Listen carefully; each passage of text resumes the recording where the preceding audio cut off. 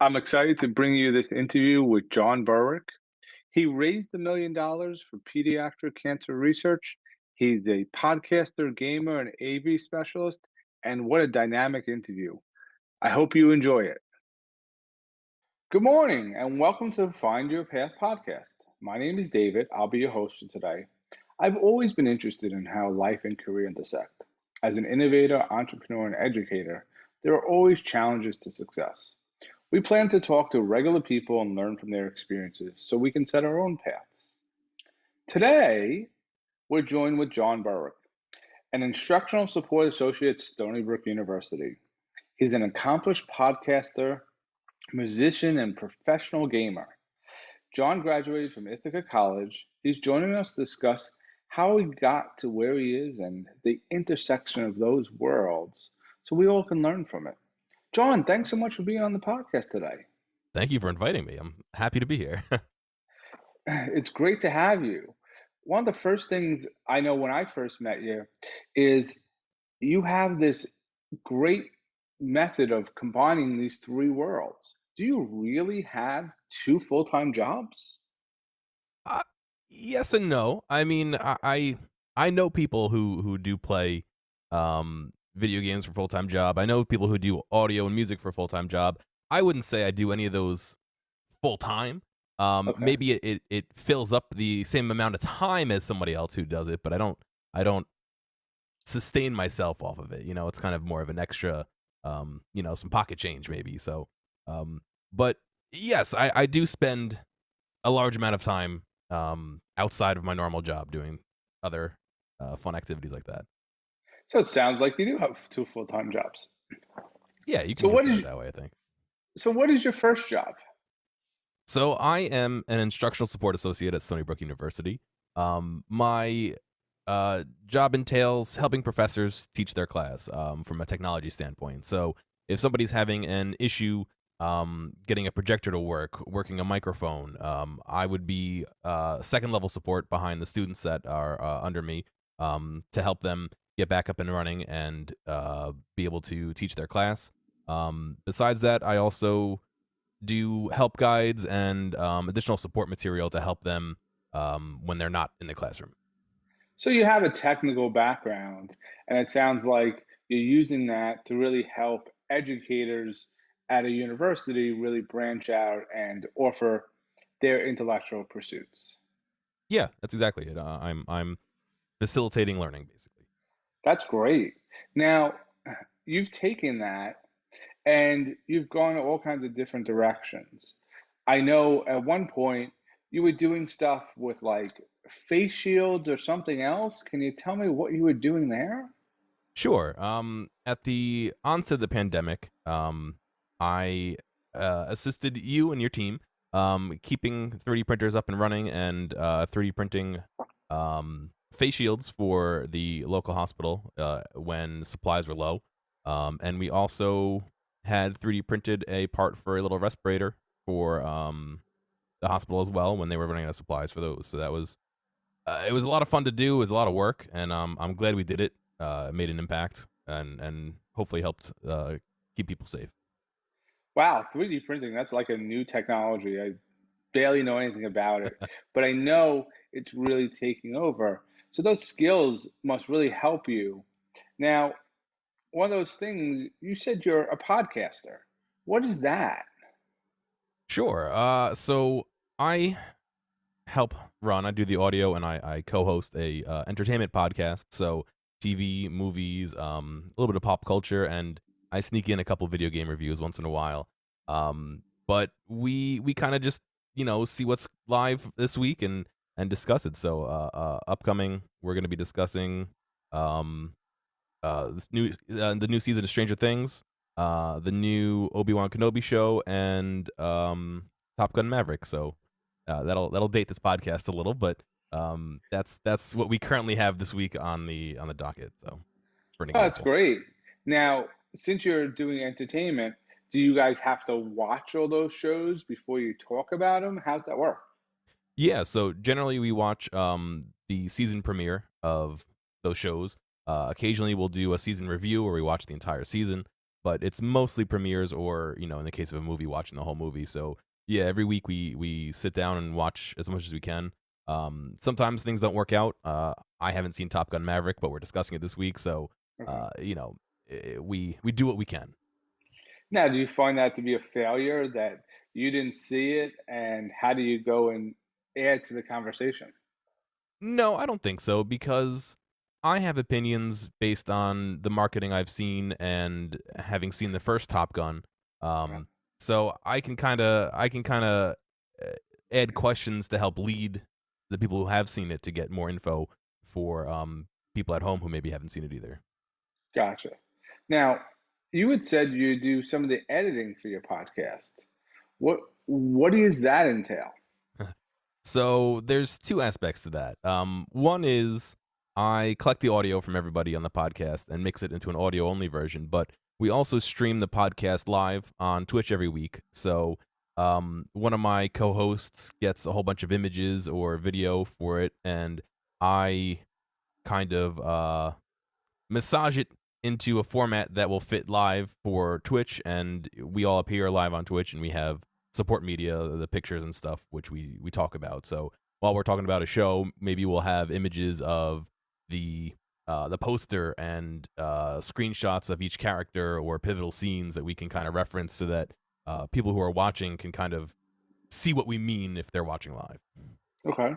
And how has this helped you in your career a little bit, like gaining this experience being both a podcaster and this technical expert with educators? They kind of go hand in hand. I mean, everything's a little bit of a puzzle when it comes to technology, and there's so much you can learn, but there's also a part of it which is figuring out where you are and where you need to be, and how to bridge that gap. A lot of times I know I'm bridging that gap at a higher level, but how can I translate that down to somebody who's new to this, and get, a professor who's maybe looking to record some samples for their students, or put together a video, during the pandemic, a lot of teachers pre-recorded video, and how do we integrate images and video into that while we have them appearing as a talking head in their video, and how do we get that to be a higher quality level to keep students engaged? It all kind of meshes in interesting ways when you start to combine them. Oh yeah, it definitely does. And you could see where you're talking about.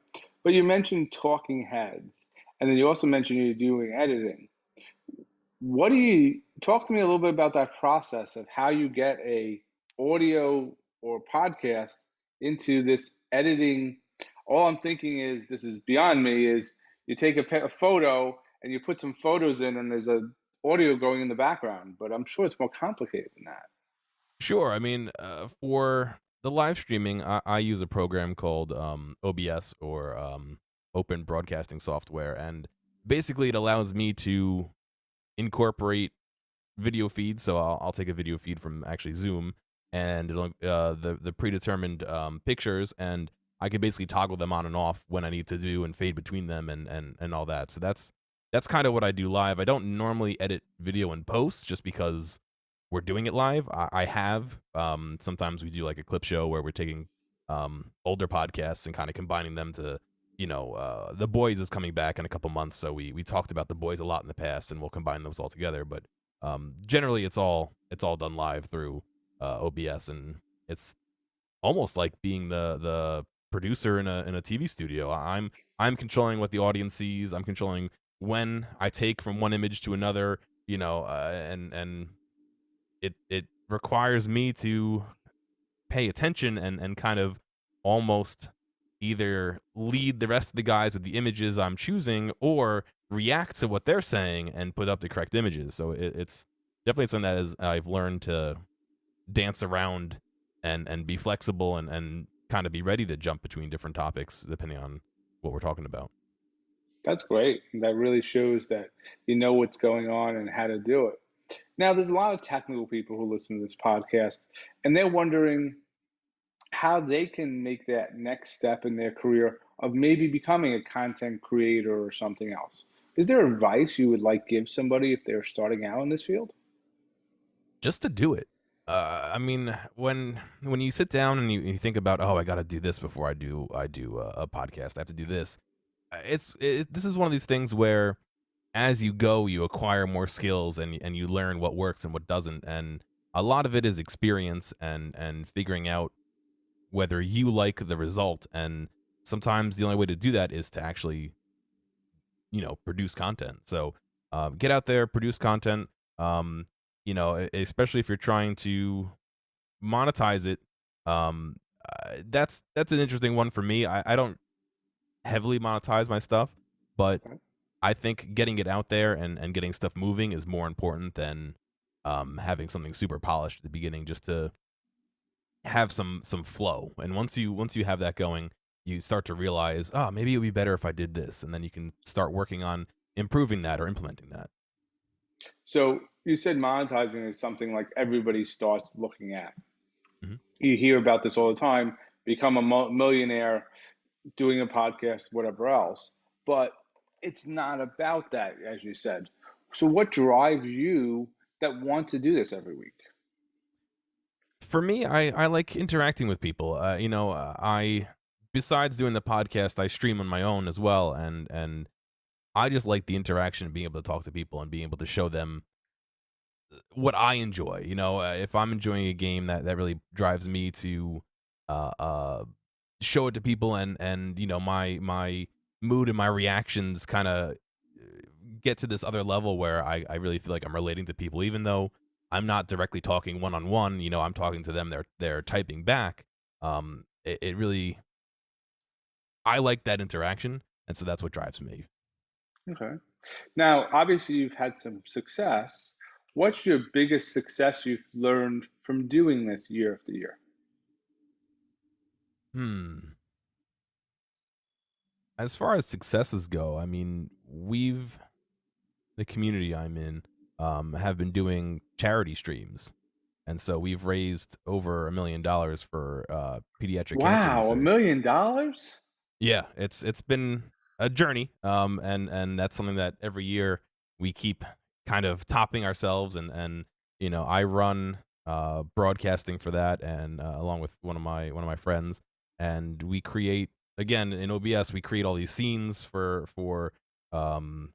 to keep people entertained and all that, and so that I think is what I would consider my biggest success from this. I mean, making a couple dollars is nice, but being able to help out and have a good time like that is really what I feel like is the pinnacle for me. And I miss where you donate that $1 million to. It's the Pediatric Cancer Research Foundation. Wow. So you're really giving back to kids and making a difference with them. That's the hope, yeah. And I know several grants have been funded from the work that we've done, so that's really nice to hear. That's great. Now, when you went to Ithaca College, what'd you study? I went to the college for sound recording technology, which is kind of a mix of a couple fields. It's a mix of live sound, so doing audio at a bar, maybe for a band. It's a mix of studio recording. My name is in the tiny print on a couple albums somewhere. Um, and I even did things like ADR for TV shows where you're doing dialogue replacement for I worked on like the Carrie Diaries and Law and Order a little bit. So stuff like that. I don't know. I find it fun. I find the environments to be a little not high pressure, but I feel the drive and the need to perform, and so Mhm. that both is fun and sometimes can be a little tiring. So I like to pace myself, which is why I'm not in that full time. But I still do like live sound for bands and stuff every once in a while. So that's kind of my where I learned to do it is Ithaca. Yeah. Now, did you think it was a straight path from that experience to jumping into your podcast and that? Or was there any bumps in the road as you went along? No, it definitely wasn't a straight path.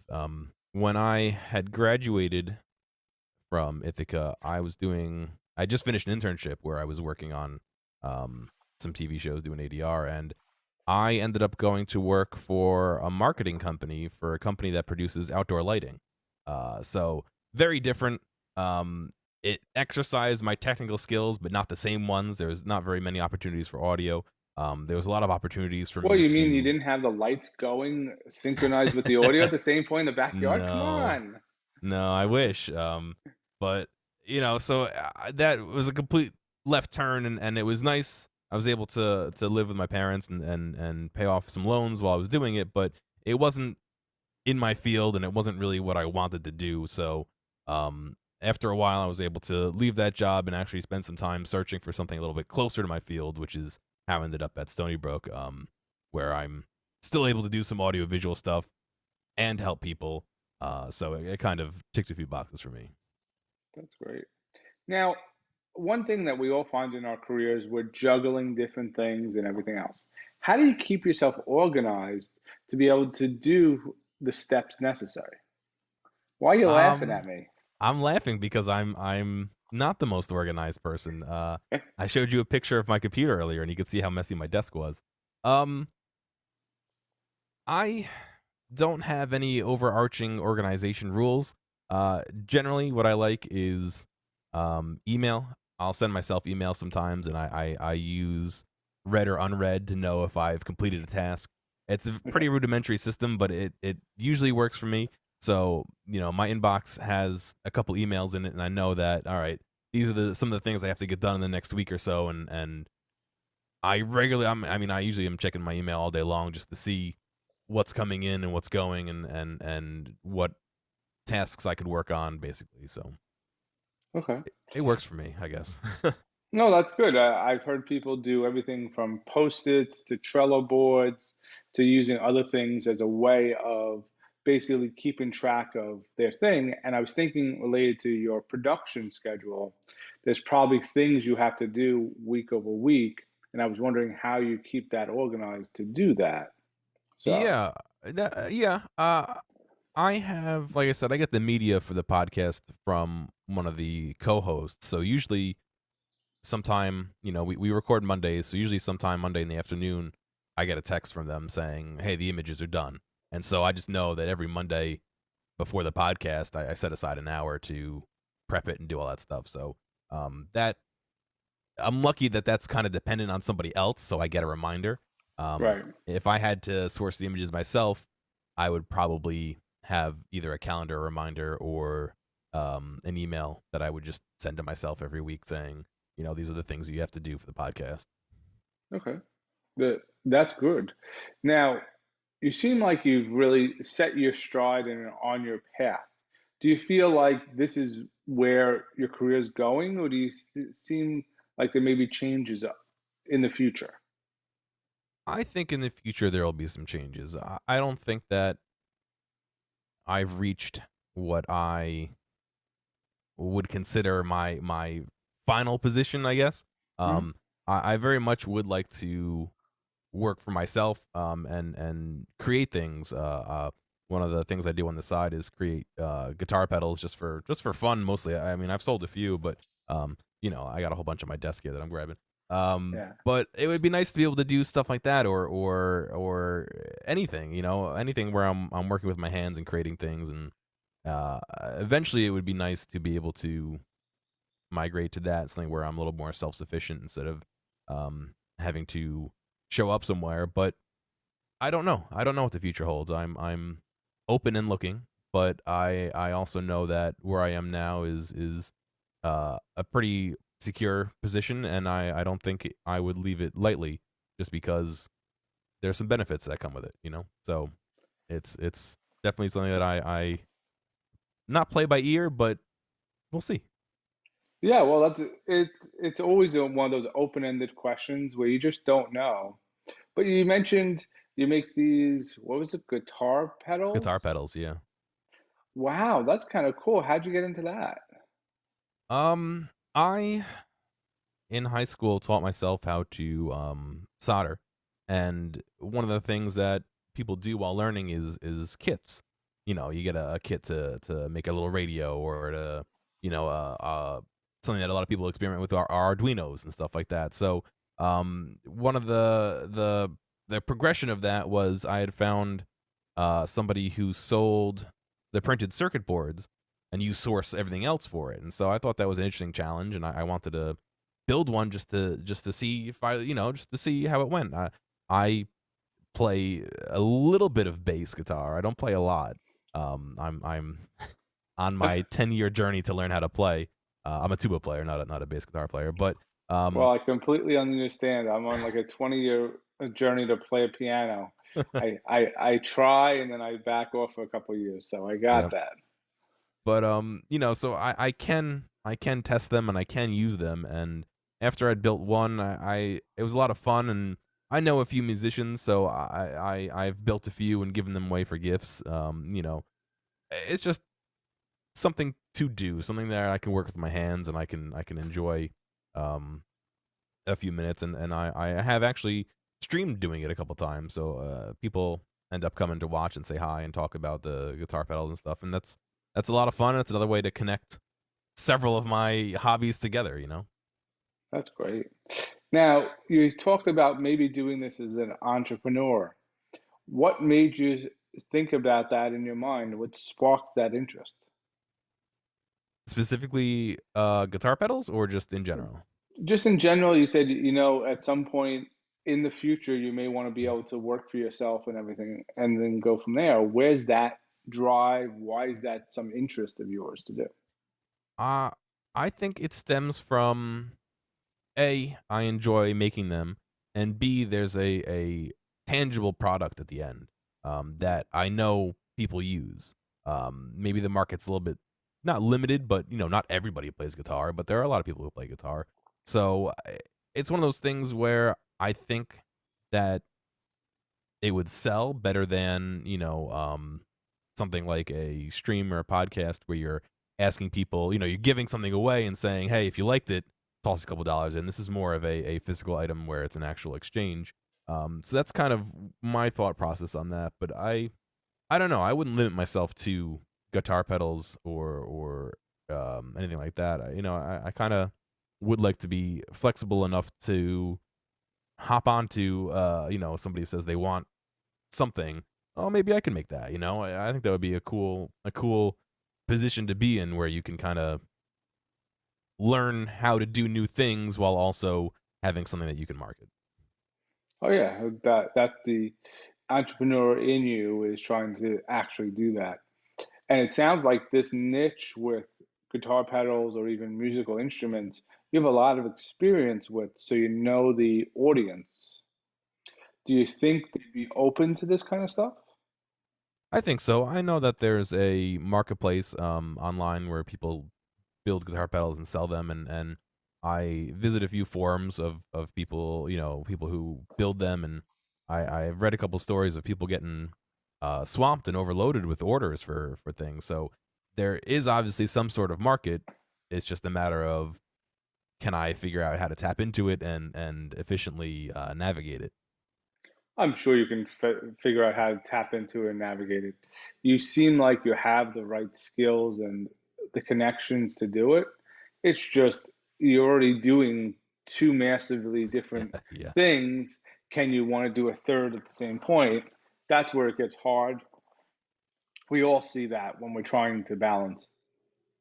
I was just talking to my wife earlier about how we need two jobs for just dealing with inflation and everything else. So Yeah. it gets crazy. But so you and I work together. We have different views about the pandemic and remote or hybrid or in-person work. Well, my point of it is I think the new world will have some sort of hybrid work going forward. But do you think that is really going to be the way of work in the future, or do you think work's going to go in different directions? No, I think either a hybrid or depending on what your job is, working entirely from home, it definitely is at least now going to be the shift that we move towards. There's a lot of companies that are realizing that, hey, we don't need to staff a building. We don't need to pay cleaners to do a whole, to clean a building every night. We don't need to pay HVAC and water and electricity and all that. And especially now that you can rent servers from anybody, Amazon or Microsoft to do all your online stuff, it's very easy for a company to just exist virtually. And I think that that's definitely going to drive a lot of people to work from home, and a lot of companies to allow people to work from home. And I kind of like it. I know when I work from home, I get a lot done. I get a lot Mm. done. And it takes me less time to do it. So I don't know. I think there's definitely something there. Obviously, not everything can be done from home, but there definitely are jobs that can be done from home very efficiently. So Yeah, I agree with you. I think there's some jobs that can be done from home. I always worry about how do you have that creativity and brainstorming when you're basically remote. And I haven't found somebody who's figured out how to do that right balance yet. yeah, it's interesting. I had been kind of approaching it more of me in a bubble working rather than me as part of a team working. So yeah, that definitely can be a detriment, and I have seen that, especially in the city. There are, I don't know what I would call them, like think tanks, or where something where Mhm. you can rent a conference room and just show up, or rent a desk and show up for a day to be able to be in an environment with other people where there isn't a central office for this company, but maybe they have an agreement with this setup where their employees can rent conference rooms or whatever. Maybe that's the way of the future, where it's a hybrid like that, but the company doesn't have an actual building. Oh, definitely. Like I know WeWork is one of those spaces, but it's shared office space. I was in the city last week and I met an alumni and I said, well, I'll come to, she's like, well, I'm working out of the shared office space this week. You don't need to come to the building. I'll meet you at a cafe downstairs. And I was just like, okay. I said, well, I can meet you somewhere else if you're working remote. She's like, no, today I'm in the shared office space. I need the conference room. I have a meeting, whatever. And you can see, you're right, that's definitely the way they're going, especially young people. They want their career to have that flexibility. Yeah, I agree. I think it's nice to be able to dictate and choose how you work. I know some people work better in an environment with other people, so maybe they would want more office space time than personal time, or I know I like to work a little bit more quietly and alone, and that's how I get things done. So, being able to choose between the two is beneficial to the worker, I think. Oh yeah, and I think that's really not only benefit the worker, I think the employers will end up being better because they'll be able to handle that as they go. So one of those things that always comes up in my conversations about careers and people moving on is soft skills. Now, I don't love the term, but are there any soft skills you really feel that people need to have to be successful in their career? In my mind, my biggest soft skill is not puzzle solving, but figuring out an issue and figuring out the path to getting there. Hmm. Um, and so in my mind, that's what drives me. A lot of the times, and I can easily relate this to 3D printers and fixing them, is what's the problem? How can I fix it? I don't necessarily need to know 100% how this piece of machinery works, or how, what the low level processor is doing. I just need to know that it needs to talk to this piece, and how is that connection not being made? So that is what I think makes me able to troubleshoot a wider variety of hardware, is because I don't I don't know what everything does on a lower level, but I know how they interact, and I know how they should interact, and why are they not doing that. So that to me is the biggest soft skill I like about myself, and that isn't stuck in the world of hardware. I mean, you can relate that to almost anything. I'm going to go do a podcast. I have all these images. How do I make it into a stream? So that to me is really what I think is my biggest strength, and my biggest soft skill, and I don't know how to teach that, but it's something that I definitely think about a lot. Now, you think that's logical reasoning or critical thinking? I think of it from more of a reasoning side, but Okay. I think they kind of are interlinked in a way that can't be untangled? Hmm. Yeah, well, I completely see that. I've been doing some work with students about how the pandemic has hurt critical thinking in students. And we did a survey recently and we found out 50% of workers just want to get a list from their employer of boss what they want to do and just do it. They don't want to do anything else. So it's like learn and repeat, learn and repeat. And the 50% of young people between 18 and 25 just want to learn and repeat. How is that going to really help us with exactly what you're talking about, where you're doing those logical reasoning steps necessary? Do you think that's something that we need to develop more in our younger generation as they come into the work field? Yeah, I definitely think that that's something that people should be working on and developing. I think the learn and repeat is good as long as you continue to learn and continue to repeat. If you learn a set of skills and that's it, there's no more growth there.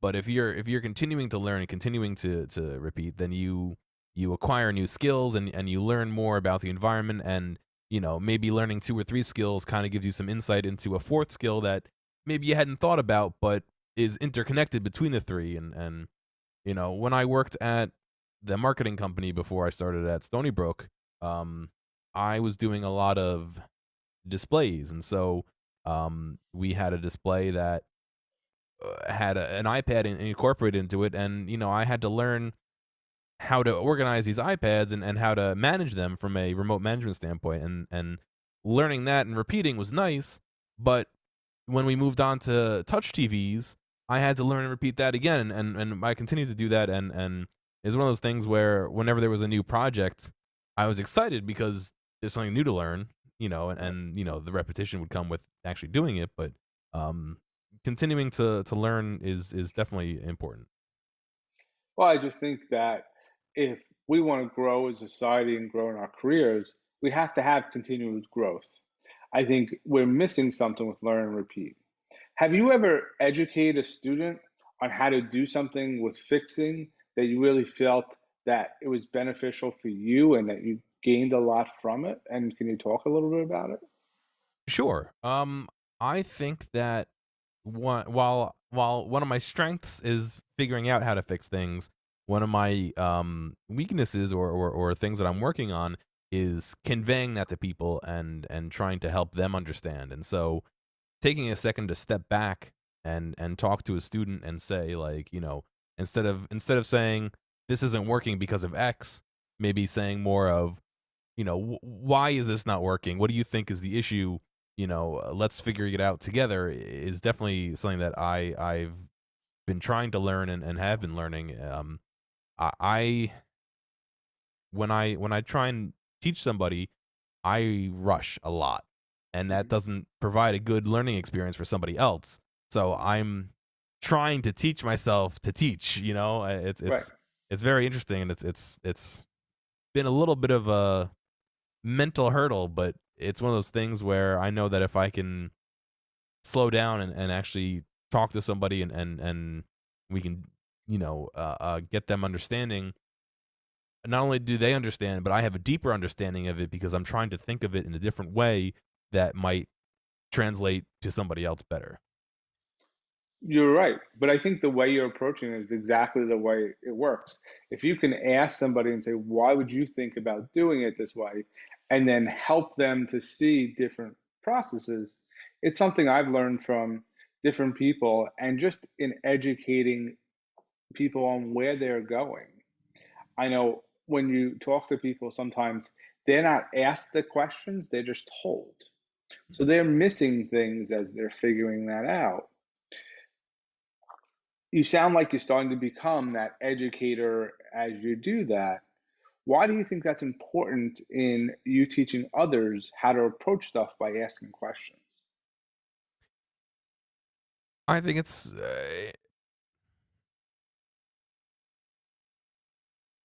important because exactly what we were just saying. Being told how to do something doesn't teach anybody beyond that one specific scenario, but asking questions and having somebody think a little bit critically about something allows them to apply that elsewhere.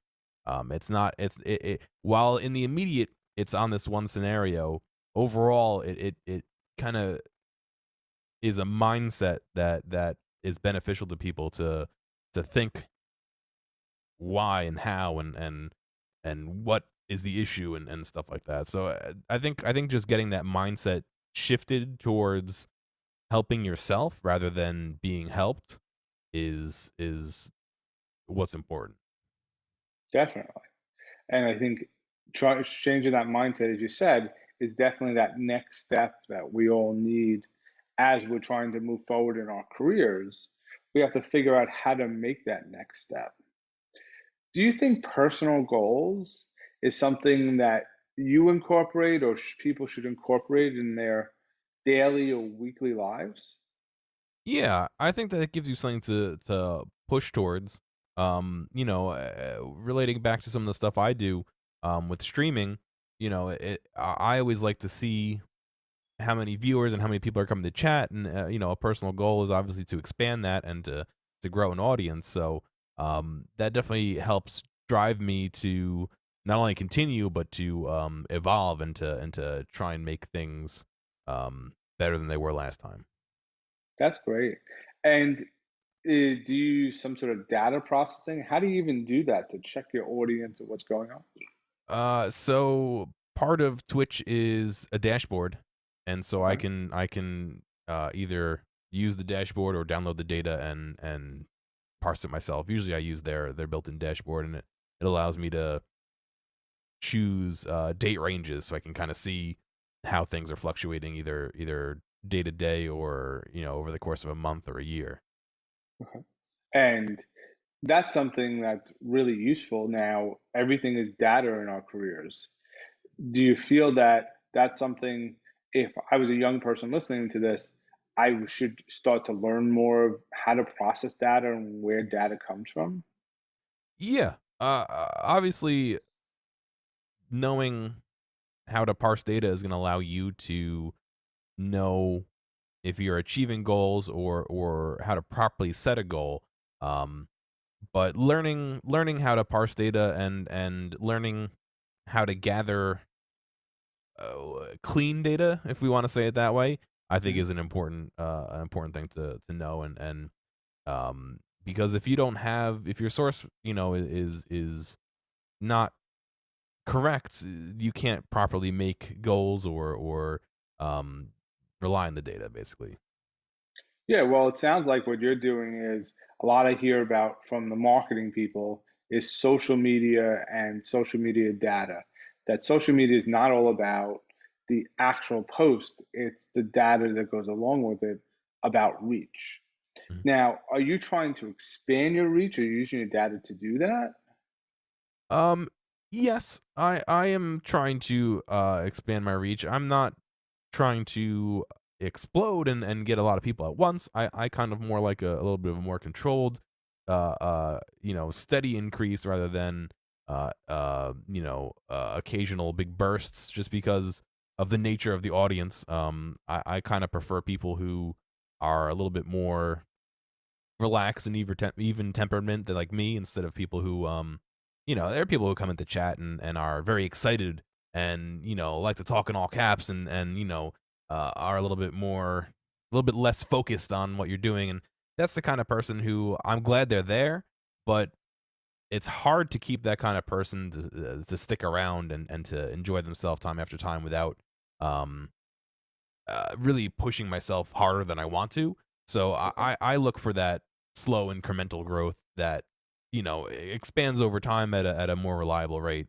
Personally, I wouldn't say that that would be what I want everyone to focus on. I think it kind of more depends on your content and your goals and what market you're trying to hit. But for me, that's more of my thought process behind it.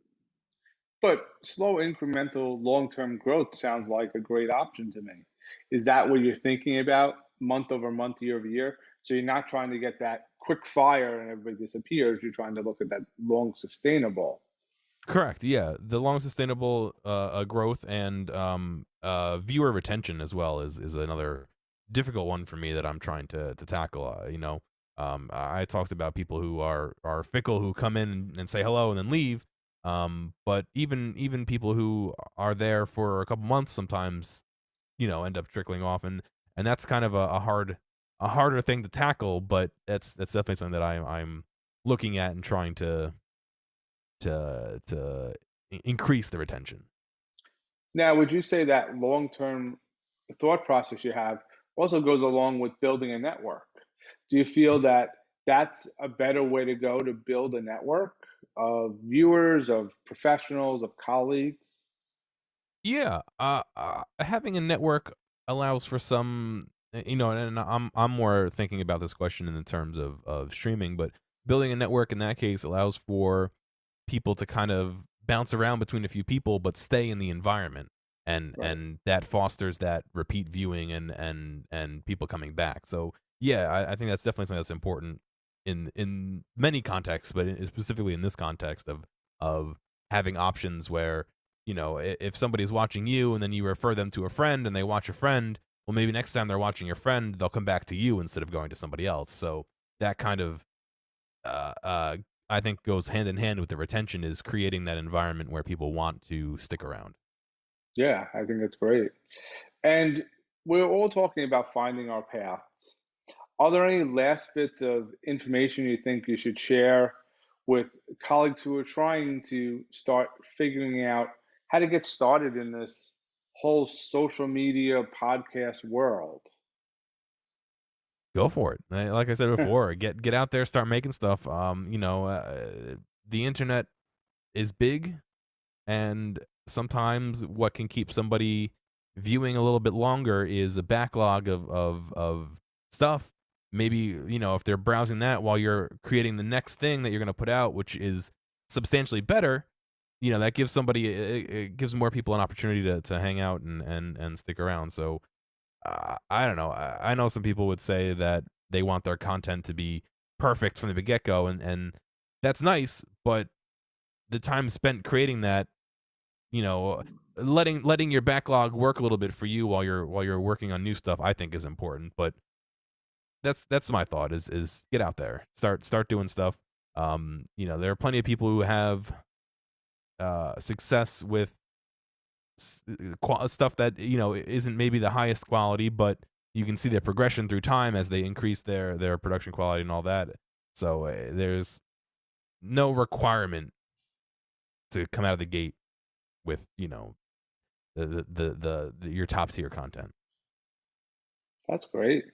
I love your insights. John, thanks so much for your time. It was an interactive and excellent conversation. I think your insights are valuable. I know I'm jumping into podcasting and everything else, and I think you're an inspiration for all of us who want to go that way. So thank you. Oh, you're welcome. Thank you for having me.